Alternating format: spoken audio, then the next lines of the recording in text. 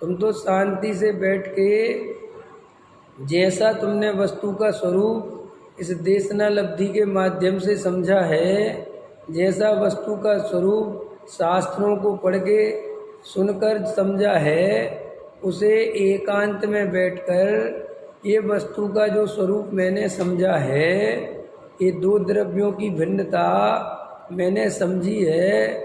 उद्गल अलग है, जीव अलग है। मैं जीव हूँ, ये शरीर पुद्गल है। जीव का लक्षण जानना देखना है, शरीर का लक्षण स्पर्श रस गंध वर्ण है। ये दो भिन्न भिन्न द्रव्य हैं। मैं भ्रम से अपने को शरीर आदि रूप मानता हूँ, अनुभवता हूँ। इसका नाम मिथ्यात्व है। ख्याल में आया? और अंदर जो ज्ञान स्वभावी जीव तत्व है, उसकी मुझे पहचान नहीं हुई। अब मैंने ये पढ़ा कि जो ज्ञान दर्शन वाला है, जो जानने देखने वाला है, वो ही चैतन्य है, वो ही आत्मा है, वो ही मैं हूँ। ऐसा जो देशनालब्धि में सुना समझा, निमित्त कुछ नहीं करता, उपादान से कार्य होता है। राग एक समय की पर्याय में है। राग विकार है, आश्रव है, दुख रूप है, आकुलता रूप है। मेरे स्वभाव से भिन्न है, अस्वभाव है, उद्गल के स्वभाव वाला है। मैं भ्रम से इस राग में एकत्र बुद्धि करने के कारण ये मेरा मिथ्यात्व बना हुआ है। ऐसा सब जो जो देशनालब्धि में सात तत्व संबंधी चर्चा आई, जीव अजीव का भेद ज्ञान आया, आश्रव आदि बंध आदि ये जीव के स्वभाव नहीं है, ऐसा जो उसने सुना तो सुन तो लिया और सुन के घर चला जाता है। लेकिन एकांत में बैठकर ये तत्व निर्णय करना, माने ये जो मैंने देशनालब्धि में सुना है ये परम सत्य है, ऐसा तो पहले जिनेंद्र देव के प्रति श्रद्धा नहीं हो। ये जो मैंने सुना है ये परम सत्य सुनने मिला है। फिर उसको एकांत में बैठ के अनुभवन करे, निर्णय करे, बार बार देखे कि ये शरीर और आत्मा एक हैं क्या, एक हैं क्या, कि अलग अलग हैं, एक हैं क्या, कि अलग अलग हैं। तो ऐसा उपयोग बार बार लगावे तो मोह का उपशम हो। समझ में आया अरविंद जी? और उपयोग तो लगावे नहीं, बस सुन के चला जावे, और रोज सुनेगा तो याद भी हो जाएगा। तो देखो इसमें ऐसा लिखा क्या कि रोज सुने तो मोह का उपशम हो जाए? ऐसा लिखा क्या कि मंदिर बनवाए तो मोह नाश हो जाए? ऐसा लिखा क्या जिनवाणी छपवाए तो नाश हो जाए, छह उपशम में याद हो जाए तो नाश हो जाए? कुछ नहीं लिखा ना। क्या लिखा? तत्व निर्णय में उपयोग लगाए। देखो हम उपयोग वहीं लगाते हैं जहाँ हमें लाभ हानि दिखती है। हमें बिना लाभ हानि के हम कोई उपयोग नहीं लगाते। समझ में आया? देख लेना, आप दुनिया में हैं, आपको अगर जैनी मान के चलो 1 करोड़ हैं उदाहरण के लिए, तो आपको 90 लाख से भी 95 लाख आदमी पूजा पाठ तीर्थों की वंदना दान करने वाला मिल जाएगा। स्वाध्याय करने वाले बिल्कुल नहीं मिलेंगे आप। अब वो स्वाध्याय में क्यों नहीं लगते? स्वाध्याय भी तो एक अनिवार्य अंग कहा है, और स्वाध्याय को तो शास्त्रों में पूजा से भी बड़ा कहा है, क्योंकि स्वाध्याय अकेले के लिए जिनवाणी में स्वाध्याय परम तप है ये लिखा है, और किसी तुम्हारे किसी भी क्रिया कांड को तप नहीं लिखा उनने। फिर भी देखो लोग पूजा पाठ प्रक्षाल सब में शिखर की वंदना दान, मंदिर बनवाना, प्रतिमा विराजमान करना, पंच कल्याण आगे जो कुछ भी है कितना करते हैं लोग, और स्वाध्याय आदि कितने कम लोग करते हैं। तो भी अब क्यों ऐसा क्यों है? क्योंकि अधिकतर जीवों की मान्यता ऐसी है कि स्वाध्याय करने से क्या होता है, अगर हम भगवान की पूजा करेंगे, उनकी सेवा करेंगे, भक्ति करेंगे, उनका प्रक्षाल करेंगे, उनका ध्यान रखेंगे, तो भी हमारा ध्यान रखेंगे। समझ में आया? क्योंकि वहाँ बाहर में बहुत क्रिया होती दिखाई देती है ना। उपवास करेंगे तो कुछ फल मिलेगा, तप करेंगे तो कुछ फल मिलेगा, तो वो वहाँ पर आगे ही बढ़ता चला जाता है, क्योंकि वहाँ उसके अंदर ऐसा प्रयोजन भाषित होने लगता है, ये दया दान पूजा भक्ति से मेरा भला होगा, इसलिए वहाँ उपयोग लगाए बिना रहता नहीं।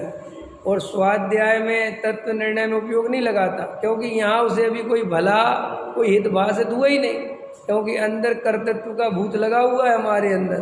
तो हमें शांति से बैठना और तत्व विचार करना, ना तो हमें ये पुण्य लगता है, ना हमें धर्म का कार्य लगता है, और ना हमें इससे विश्वास है कि कर्म कटते हैं। समझ में आया? अपने अपने को चेक करो।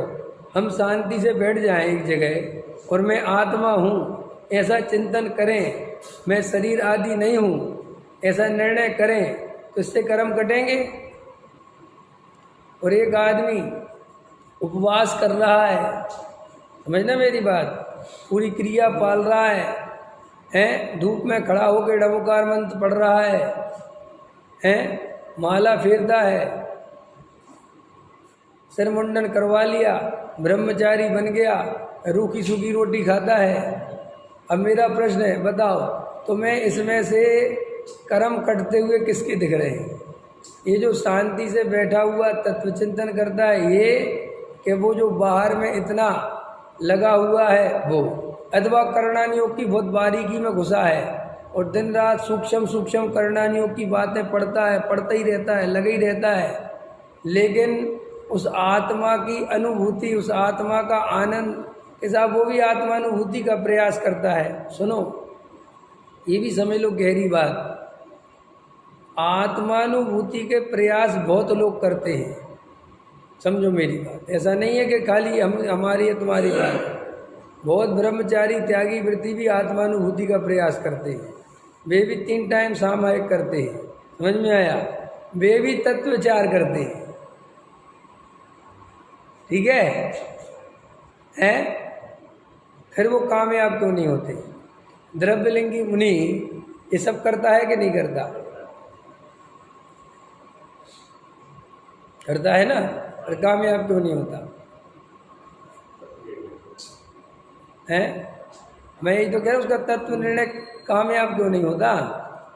वही बराबर करता है, उसकी भूल शुरुआत में ही हो गई। जो भूल है वो पहला घड़ा उल्टा पड़ गया। पहला घड़ा क्या था कि वो जड़ की क्रिया में धर्म बुद्धि घुस गई, तो वो धर्म बुद्धि घुसी रहती है और आत्मा का ध्यान करता है। पॉइंट समझ में आया कि नहीं आया? तो बहुत इम्पोर्टेंट बात बोली है मैंने, क्योंकि आप ऐसे बाहर से देखने जाओगे तो कहोगे वो भी करता है, आपसे ज़्यादा करता है, आप क्या करते हो? लेकिन वो करणानियोग में उपादेय बुद्धि हो गई है।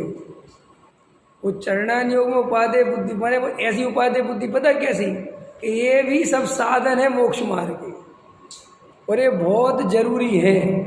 और मैं जो दूसरे ये साधन नहीं करते, व्यापार आदि में लगे हुए, और मैंने पूरी तरह निवृत्ति ले ली, सो मैं ज़्यादा पुरुषार्थी हूँ और ये पुरुषार्थी नहीं है, और ये पापी हैं।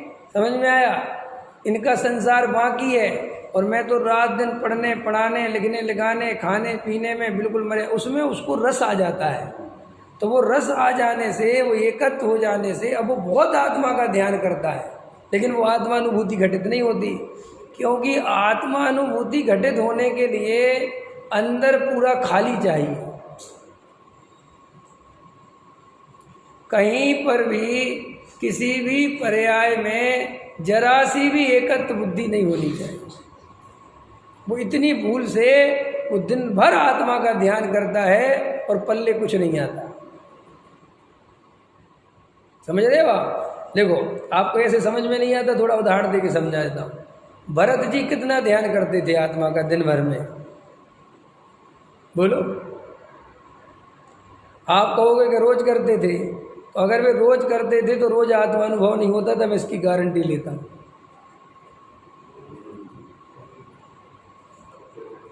करते हो, चलो तुम्हारी बात मैंने बड़ी कर दी, करते हो तो रोज आत्मानुभव तो नहीं होता, एक गारंटी ले रहा हूँ। क्यों? कि अगर रोज आत्मानुभव होने लगे तो आगम कहता है कि फिर वो घर में रह ही नहीं सकता, तो निकल जाए। ठीक है? अब भरत जी समझ लो अपने ही जैसे काम धंधे में लगे, जैसे अपन लगे, वो उनका काम धंधा अलग था, राजा महाराजा थे, लेकिन थे तो यही बाहर ही में थे ना, फिर भी देखो वे छायक सम्यक दृष्टि, ठीक है कि नहीं। और आत्मानुभूति भले ही रोज नहीं लेकिन कभी कभी जरूर होती है। अद्रव्यलिंगी मुनि पूरी तरह काय के लिए समर्पित है। कोई द्रव्यलिंगी मुनि ने कोई काम धंधा खोल रखा है, कोई स्त्री पुत्र मकान दुकान है, कोई आश्रम बनवा रहा है। आजकल के तो बहुत से संत साधु आश्रम बनवाने मुलझे हैं। वे उस साधु की बात नहीं है, वो तो प्योर जैसा साधु को होना चाहिए, जैसा आगम में साधु की चर्या का वर्णन है वैसा साधु की बात चल रही है यहाँ। वैसा साधु दिन भर आत्मा के नाम पर रात दिन उपवास भी करता है, संयम से रहता है, कोई विषय कसाय नहीं है, फिर भी उसको आत्मानुभव क्यों नहीं होता। तो ये मत सोच लेना कि वो आत्मानुभव नहीं करता, ये मत सोच लेना कि वो आत्मानुभव का प्रयास नहीं करता, वो तो रोज करता है और भ्रम से उस कसाय की मंदता को ही आत्मानुभव समझ लेता है। तो कसाय मंद है ना, बिल्कुल कितनी मंद है। अभी दिनेश जी कह रहे ना बहुत मंद है, हमारे ज्ञान में झलक नहीं सकती इतनी मंद है।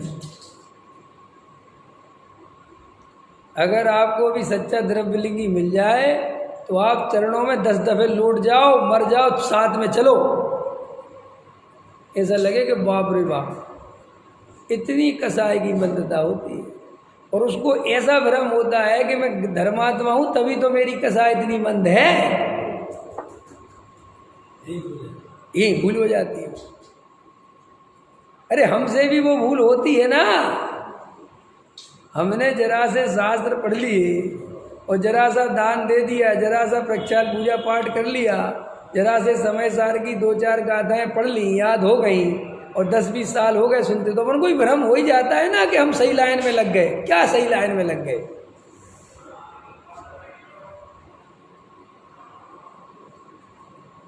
सर जी तो बड़ा कठिन कर दिया आपने। कठिन नहीं है, सरल है। अगर तुम्हें सच्ची आत्मानुभूति होगी तो उसका आनंद ऐसा है कि ये दया दान पूजा भक्ति तो कहाँ उड़ जाते हैं, उड़ जाते मान इनका रस, इनमें एकत्व पता ही नहीं चलता, भाव ही नहीं आता किसी को बताने का कि मैं ऐसे दया दान पूजा भक्ति, रस ही नहीं है उसमें। इतनी हे बुद्धि से पलते हैं कि आप उसकी कल्पना नहीं कर सकते। और देखो, इसलिए आपको और हमें तत्व निर्णय करना पड़ेगा। आत्मानुभूति नहीं की टोडामल जी ने, टोडामल जी साहब ने ये नहीं कहा कि आत्मानुभूति करनी पड़ेगी। क्या लिखा टोडामल जी ने? तत्व निर्णय में उपयोग लगाए तब स्वयं में भी मोह का अभाव होता है।